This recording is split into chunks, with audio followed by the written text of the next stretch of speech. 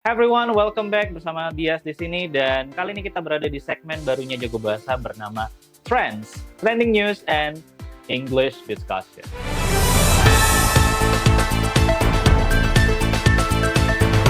Baik, di segmen baru Jago Bahasa kali ini kita akan membahas tentang 3 trending topik atau berita atau isu yang lagi menjadi topik pembicaraan banyak orang dan juga sekaligus kita mempelajari kosakata-kosakata bahasa Inggris dari isu-isu tersebut ya. Oke, kita langsung saja ke berita yang pertama. Berita yang pertama itu dari kalangan selebritis atau kalangan influencer atau kalangan ya public figure lah ya. Yang pertama adalah berita soal, ya ini gokil banget sih, itu adalah berita tentang Ria Ricis dan juga Atta Halilintar yang dikatakan itu pernah nikah siri guys, bayangin. Ada banget isu-isu seperti ini ya. Jadi ya siapa yang nggak kaget coba dengan berita ini, kan Atta Halilintar sekarang sudah punya istri ya, dan juga ya baru-baru ini Ria Ricis juga sudah bercerai dengan suaminya. But kita nggak hanya fokus sama gosip ini, tapi ya saya juga memberikan edukasi seputar kosakata-kosakata yang bisa dipakai dalam menjabarkan ya isu-isu seperti ini ya, isu-isu selebritis. Oke, selain kita bahas mereka, kita juga bahas bahasa Inggris dari gosip ya. Gosip bisa disebut dengan gosip atau ada istilah lain disebut dengan rumors. Ya, dimana rumor itu atau desas-desus artinya ya, dimana berita yang belum pasti kebenarannya. Jadi kalau berita itu belum pasti, bilang aja itu it's only a rumor atau there's rumor going around that they secretly got married. Ya mereka secara diam-diam itu menikah gitu. Ya, they secretly got married. Dan ada yang tahu nggak bahasa Inggrisnya nikah siri? Nikah siri itu kalau dalam arti sirinya itu nggak bisa dibahasa Inggrisin. Kalau di Indonesia bilang aja siri marriage. Tapi kalau mau yang lebih common itu bisa diganti dengan bilang an unregistered atau informal marriage ya, atau pernikahan secara tidak resmi. Oke? Dan berhubungan dengan selebritis, pasti ini juga disebut sebagai celebrity scandal ya, skandal atau skandal selebritis ya. Yaitu kejadian besar yang biasanya negatif. Yang namanya skandal itu umumnya dan pastinya kayaknya negatif gitu ya. Dan melibatkan yang namanya public figure. Ya, contohnya dalam kalimat the celebrity scandal quickly became the top trending topic on the news. Wow, or on social media. Very well. Kita lanjut sekarang ke berita yang kedua. Kali ini pembicaranya akan lebih serius karena berita berikut ini adalah berita tentang politics. Isu yang lagi panas soal politik identitas dan kekhawatiran masyarakat terhadap polarisasi yang bisa memecah belah bangsa. Nah, jadi kali ini kita sudah dihadapkan dengan yang namanya pemilu 2024 ya, dengan bukan presiden ya, tapi lebih ke kepala-kepala daerah yang sekarang ini lagi sibuk berkampanye. Tapi ada juga isu yang sangat sangat menghantui kita, yaitu adalah political polarization. Anda pernah dengar? Yaitu polarisasi politik.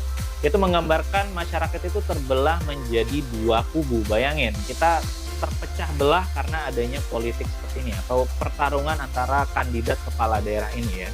Oke, jadi jangan sampai kalian terbawa oleh yang namanya polarization ini ya, atau polarisasi. Coba bayangin kalau kalian pakai kata political polarization ini sama native speaker, wah mereka akan menganggap kalian, wah ini keren nih orang nih bahas politik di negaranya. Tapi jangan sampai malah bilangnya polar bear ya, karena itu kan polar bear itu ya beruang kutub. Ya, jadi jangan sampai kalian kepleset ngucapinnya malah polar bear, bukan polarization gitu. Oke, krik-krik. Oke, kita lanjut.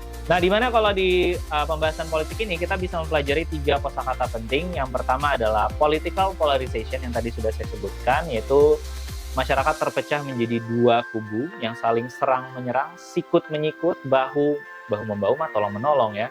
Yang maksudnya itulah saling bertarung. Terus yang kedua adalah campaign strategy ya, campaign strategi atau strategi kampanye ya. Jadi campaign itu disebut kampanye, sedangkan strategi ya strategi gitu. So, contoh dalam kalimat, the candidate's campaign strategy focuses on social media engagement. Yes. Jadi sekarang itu sosial media menjadi apa ya? Salah satu alat kampanye juga saat ini. Zaman dulu kan belum maraknya orang pengguna sosial media, tapi sekarang sudah terpakai banget ya. Jadi buat kalian yang pengen terjun ke dunia politik ya gunakan sosial media kalian sebaik mungkin. Tapi membicarakan juga soal citra diri itu bisa juga jatuh ke dalam yang namanya identity politics. yaitu yang kita sebut juga politik identitas yang sekarang lagi marak digaung-gaungkan ya. Banyak banget calon-calon kepala daerah itu yang menggunakan teknik seperti ini, yaitu politik identitas, di mana identity politics ini berkampanye politik fokusnya pada suku, agama, ras, atau meraih dukungan dari kalangan-kalangan tertentu. Ya, jadi kalian membawa background kalian, misalkan suku kalian apa, sukunya orang Jawa, orang Timur, atau orang Sumatera, itu sangat berpengaruh dengan pendukung kalian. Oh, karena kalian orang Sumatera, kalian pasti menggaung-gaungkan yang namanya ya budaya Sumatera dan lain-lain. Intinya seperti itulah. Itu namanya identity politics, teman-teman. So, ya kalau bisa lebih fokusnya itu ya apa yang bisa kalian janjikan dan juga tawarkan untuk perkembangan ke depannya, bukan malah bawa-bawa ras, suku, agama, dan lain-lain ya. Oke, jadi tadi pembahasan politik, dan sekarang kita masuk ke trending topik yang ketiga. Baru-baru ini terjadi yang namanya gempa dengan kekuatan 4.9 Richter scale atau skala Richter yang terjadi di daerah Bandung ya teman-teman. Ya, gempa ini terjadi karena sesar Garcella. Sesar Garcella ini adalah nama lempengan bumi. Ya, walaupun nggak banyak kerusakan parah, tapi tetap aja banyak orang yang panik ya. Nah, berbicara tentang kosakata seputar bencana alam, dari sini kita akan membahas beberapa. Yaitu pertama, kita bisa bilang earthquake untuk gempa bumi ya. Contohnya kalau dalam kalimat, the earthquake was measured at 4.9 Richter scale atau on the Richter scale di ya skala Richter gitu. And then yang kedua adalah epicenter atau bahasa Inggrisnya adalah pusat gempa, yaitu titik di permukaan bumi yang berada di atas lokasi gempa. Contohnya dalam kalimat, the epicenter of the earthquake was near Bandung. Ya, jadi lokasinya ada di dekat Bandung. Dan yang ketiga ada disebut aftershock, yaitu gempa susulan. Nah, gempa susulan itu bukan following earthquake ya, tapi kita sebut juga aftershock. Yaitu gempa susulan, yaitu gempa-gempa kecil yang terjadi setelah gempa utama. Nah, several aftershocks followed the main earthquake. Dan yang terakhir adalah fault line. Fault line itu garis patahan. Patahan apa? Patahan lempeng. Yaitu daerah di mana gempa terjadi karena pergeseran lempeng. Contohnya dalam kalimat, Bandung is located near the Garcella fault line. Jadi Bandung berada di dekat lempengan atau patahan garis lempeng Garcella ya. Which caused the earthquake, yang menyebabkan gempa bumi tersebut. Baik, itu tadi adalah 3 trending topic dan juga sekaligus membahas kosakata penting terkait isu-isu tersebut. Dan jangan lupa untuk selalu mengembangkan kemampuan bahasa Inggris kalian. Gak hanya belajar dari kelas, tapi juga belajar juga dari berita-berita tertentu ya. Kalau bisa beritanya berita berbahasa Inggris, biar kalian lebih banyak kosakata. Oke, kalau kalian suka dengan konten seperti ini, don't forget to like, comment, and subscribe. Dan kita lanjutkan lagi di konten berikutnya. So, thank you so much for watching and see you on the next trend.